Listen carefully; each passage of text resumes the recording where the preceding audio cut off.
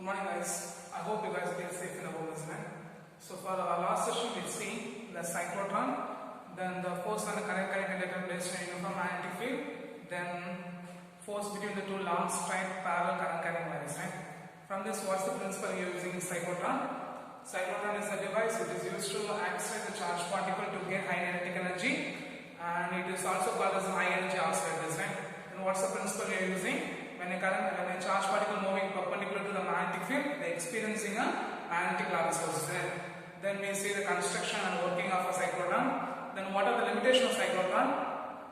The speed of light is limited, the electron cannot be accelerated, and the uncharged particle cannot be accelerated.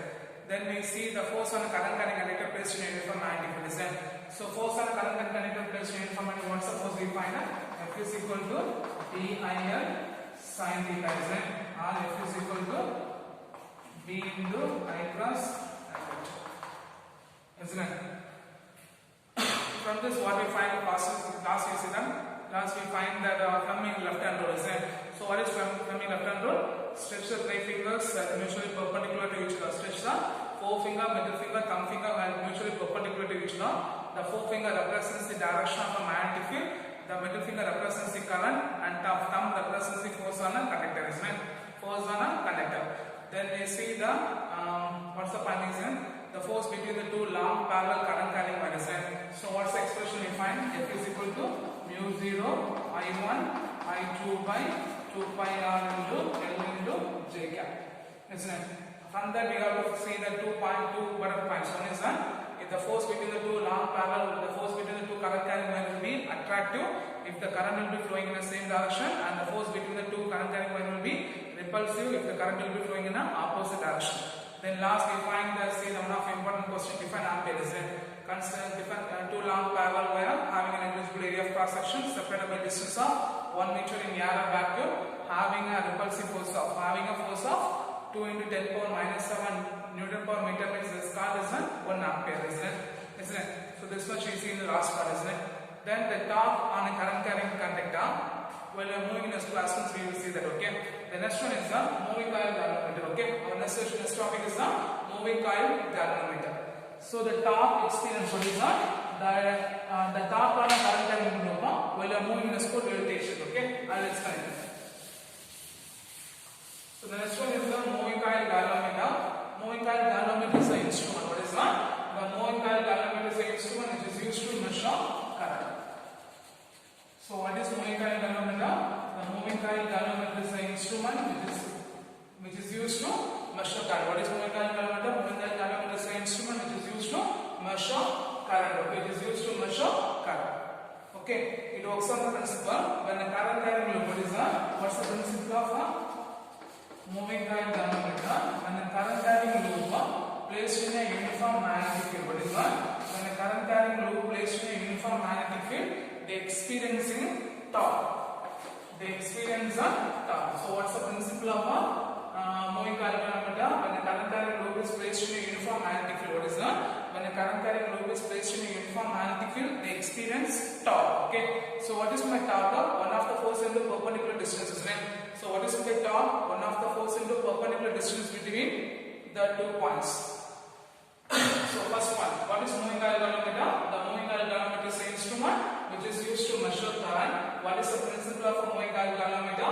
When the current carrying loop is placed in a uniform magnetic field, they are experiencing a torque. They experience a torque. The next one is the construction. Okay, next one is the construction. It consists of a rectangular coil. What is that? It consists of a rectangular coil of wire. It consists of a rectangular coil PQRS of coil of thin copper wire. What is that? Of a thin copper wire. The copper wire will be insulated under the soft anchor, or the copper wire will be insulated or wounded over the light metallic frame. Okay. So what's the first point? It consists of a power block. It consists of a rectangular coil PQRS of coil of copper wire. It will be wounded over the light metallic frame. Inside the metallic frame or inside the coil of wire, a soft iron core, a cylindrical and soft iron metallic iron core will be placed inside the rectangular coil of wire. Okay, rectangular coil of wire.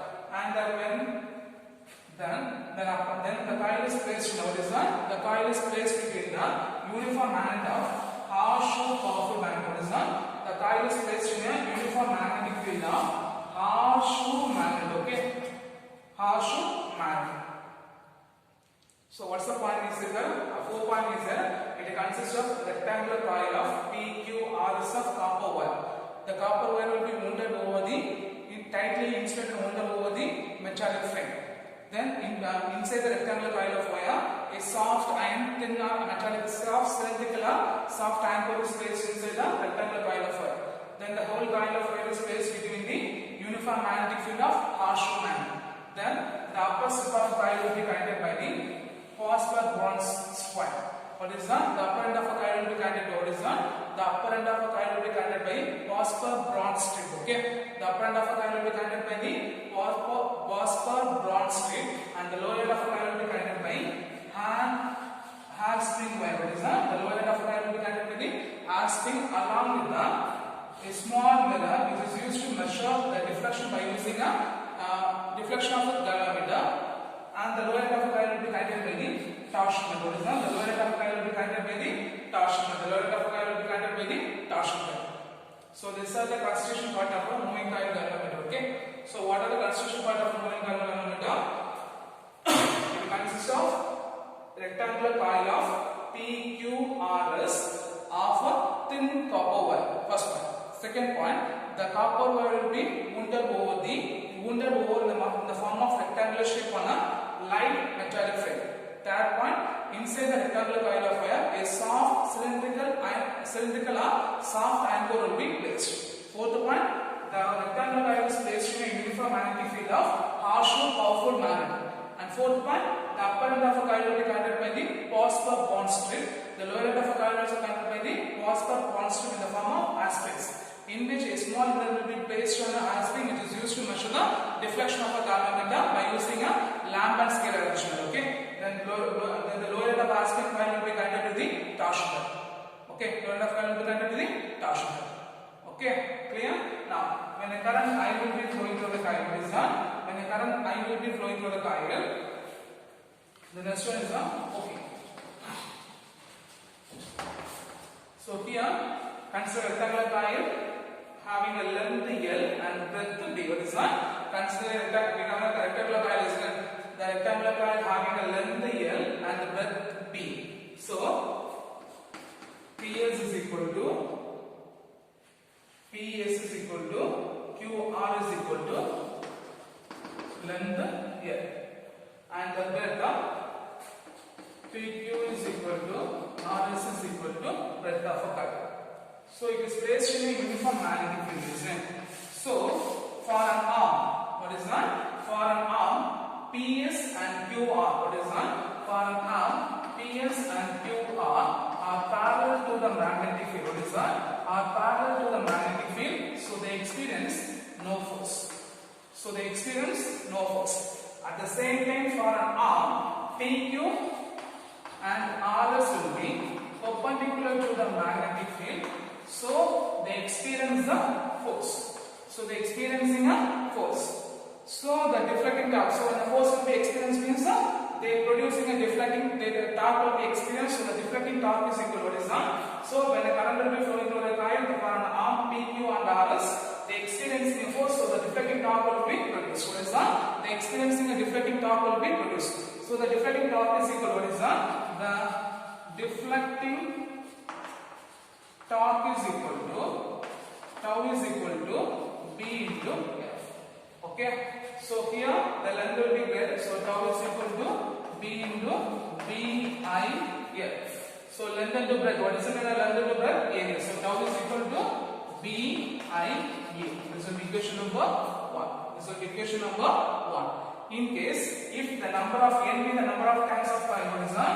If n be the number of turns of coil present in a rectangular coil means, if n be the number of turns present in a rectangular coil means, what is that? If n be the number of turns present in a rectangular coil means, the total torque is equal to n into BIA.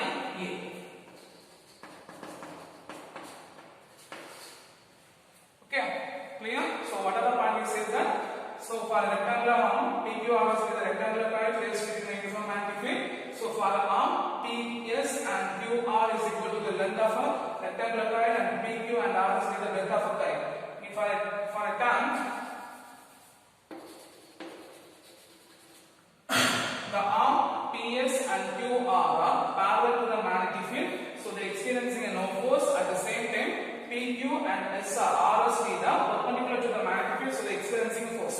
So when the current carrying coil is placed in the magnetic field, so the experience of force means the torque will be experienced. So the deflecting torque tau is equal to B into F.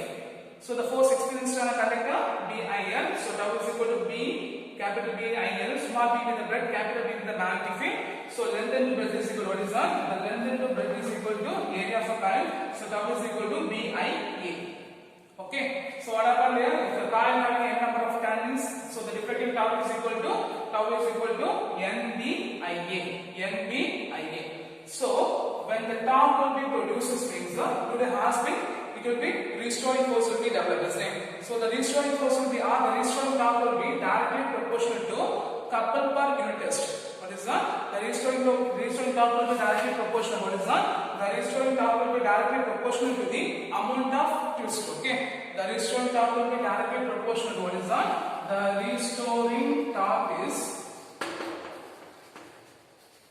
The restoring torque will be directly proportional to amount of twist. So what we get now? Tau is equal to K into theta. Here K represents the couple per unit test. What is that? K represents what is meant by K? Couple per unit test. What is meant by K? Couple per unit test. This will be equation number 3. So for equilibrium condition, what is that? For the equilibrium condition, the restoring couple is equal to the deflecting couple is equal to restoring couple. What is that? The deflecting couple is equal to restoring couple. So if we substitute the both expressions, what we get? K into theta is equal to NBIA. From this expression, I is equal to what we get? I is equal to K theta by NBA.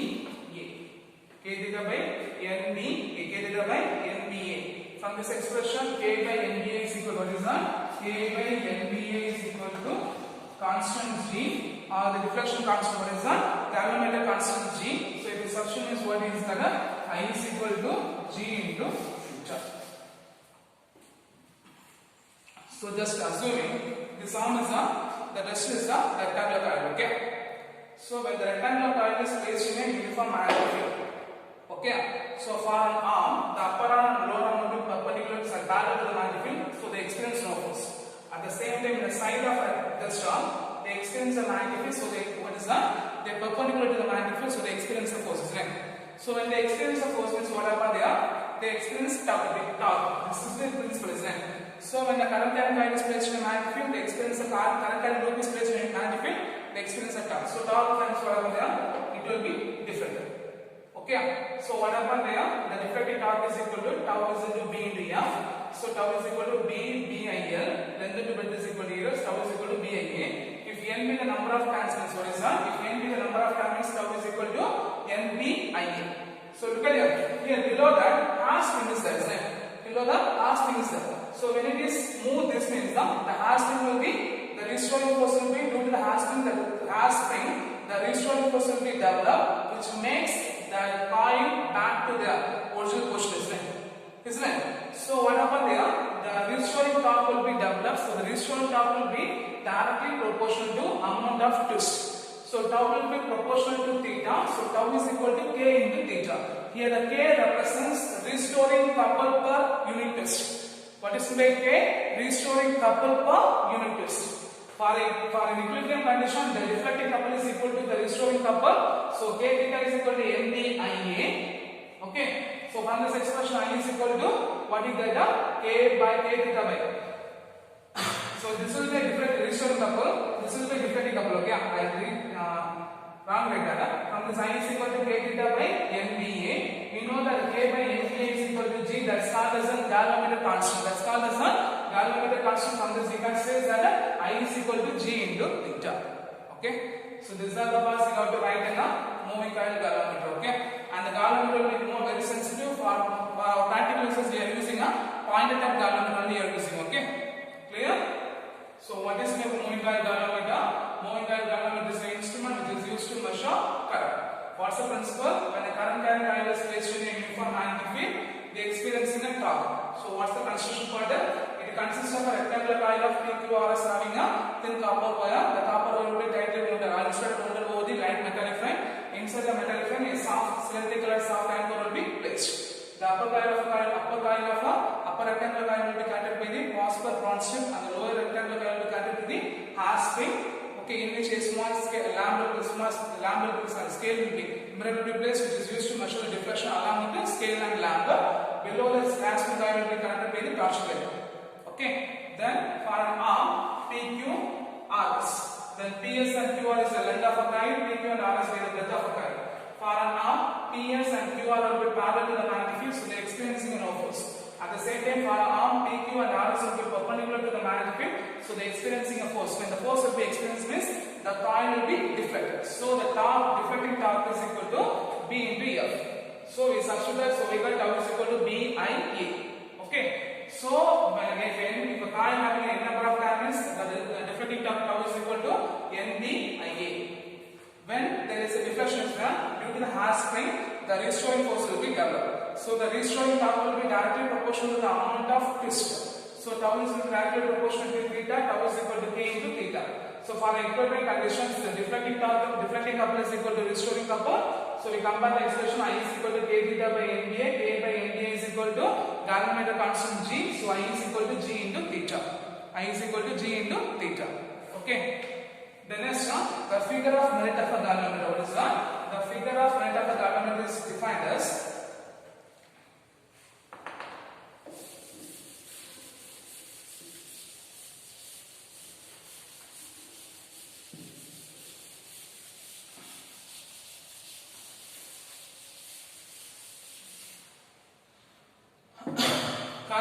current equal to producing a deflection of, what is that? Current equal to producing a deflection of one scale division in the galvanometer.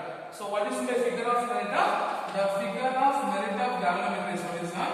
The figure of merit of galvanometer is defined as what is that? The figure of merit of galvanometer is defined as current required to produce the deflection. What is that? Current required to produce a deflection of one scale division in the galvanometer. That's called as a figure of merit.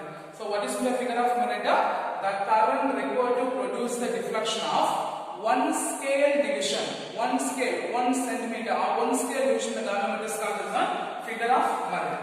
Then current sensitivity of galvanometer. What is that? The sensitivity of a galvanometer. The galvanometer is a very sensitive instrument. The galvanometer is a very sensitive instrument. They are producing a large scale deflection when a unit current will be passed towards the galvanometer. They are producing a large scale of deflection when the unit ampere, when the unit scale of the current will be flowing towards it. From this current sensitivity,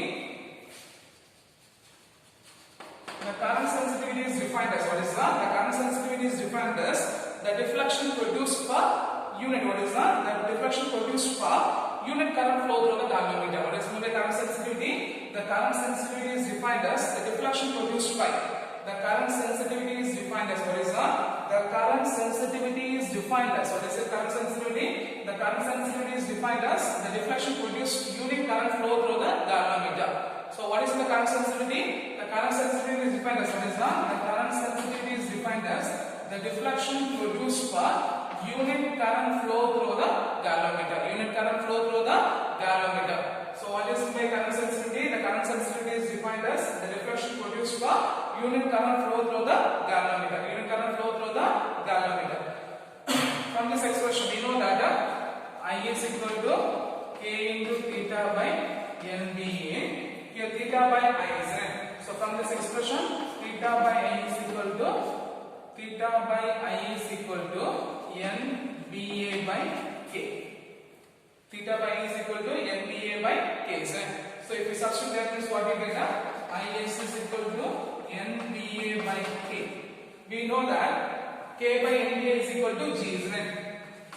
K by NBA is equal to G. So from this expression NBA by K is equal to 1 by G. 1 by G. Clear? So what is the current sensitivity? The current sensitivity is galvanometer is defined as the deflection produced produced per unit current flow through the galvanometer. What is the deflection produced per unit current flow through the galvanometer? What is the deflection produced per unit current flow through the galvanometer? The next one is the voltage sensitivity.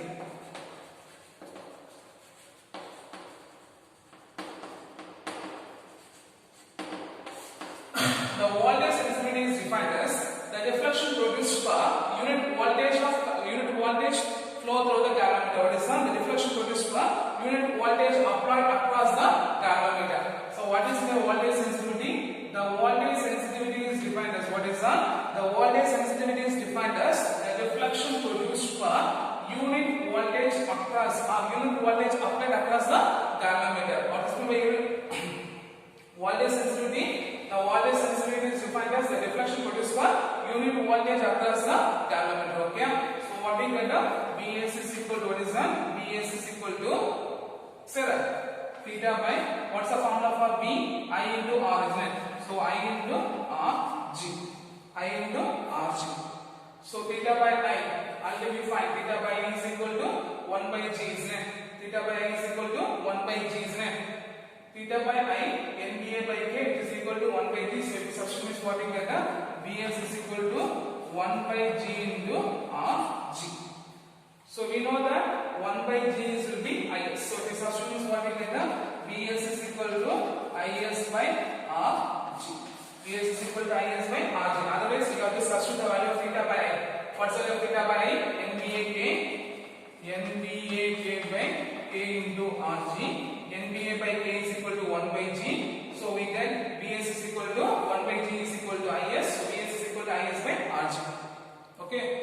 So first what is defined is the figure of merit of a galvanometer. What is figure of merit of a galvanometer is defined as the deflection produced per what is the deflection produced the current required to produce the deflection of unit scale division in a galvanometer. What is the current required to produce the deflection of unit scale division in a galvanometer. The current required to produce the deflection of unit scale division in a galvanometer. Then second one is the sensitivity of a galvanometer. The sensitivity of a galvanometer will be very high when it is producing a large deflection when a small amount of current will flow through the galvanometer. The third one is the current sensitivity. What is the current sensitivity? The current sensitivity is defined as the deflection produced per unit current flow through the galvanometer. What is the deflection produced per unit current flow through the galvanometer? So theta by I. Already we know theta by I is equal to NBA by K. So NBA by K is equal to 1 by G. Okay. So Is is equal to 1 by G. From this expression, the next is the voltage sensitivity. What is voltage sensitivity? The voltage sensitivity is defined as the deflection produced per unit voltage. We know that V is equal to I into R. So I into Rg because it's the galvanometer resistance. Then theta by I is equal to NBA by K into Rg. NBA by K is equal to 1 by G. We know that 1 by G is equal to Is. So Vs is equal to Is by Rg. Okay. Now, how the current sensitivity of a galvanometer can be increases? How the current sensitivity of galvanometer increases means the current sensitivity of a galvanometer. What is that? How the current sensitivity of a galvanometer can be increases means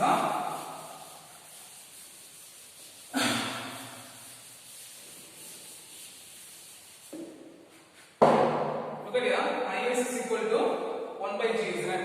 How the current sensitivity of a galvanometer can be increases means you just write the expression Is is equal to NBA by G. NBA by K. Here N represents the number of times, B represents the magnetic field, A represents the area of coil, K represents the restoring couple per unit, isn't it? So the current sensitivity of a galvanometer can be increases by increasing the number of times. What is that? By increasing the number of times, by increasing the magnetic field of a coil, by increasing the area of a coil, and by decreasing the couple per unit test. By decreasing the restoring couple per unit test. So how the current sensitivity of a galvanometer can be increases? By increasing the number of times, by increasing the magnetic field, by increasing the area of a coil, and by decreasing the couple per unit test. And why phosphor bronze alloy is used in a moving coil galvanometer? Why phosphor bronze alloy is used in a moving coil galvanometer? Because the phosphor bronze alloy, the phosphor bronze coil having a small restoring couple per unit test. While the phosphor bonds alloy is used in the moving ion galvanometer, the phosphor bonds alloy is why phosphor bonds alloy is used in the galvanometer? Because the phosphor bonds alloy having a small restoring couple unit test. What is that? Having a small restoring couple per unit test. Okay. So from this part, what are the questions we learn? Explain the principal construction working of a moving dial galvanometer. Then we see how many questions are. First question, define figure of merit of a galvanometer. The second question, define sensitivity of a galvanometer. Here, define current sensitivity of a galvanometer. Define voltage sensitivity of a galvanometer. Then how the current sensitivity of a galvanometer can be increases. Then last one, why phosphor bonds alloy is used in a galvanometer. Okay. Clear? So I hope you understand this question. Thank you guys.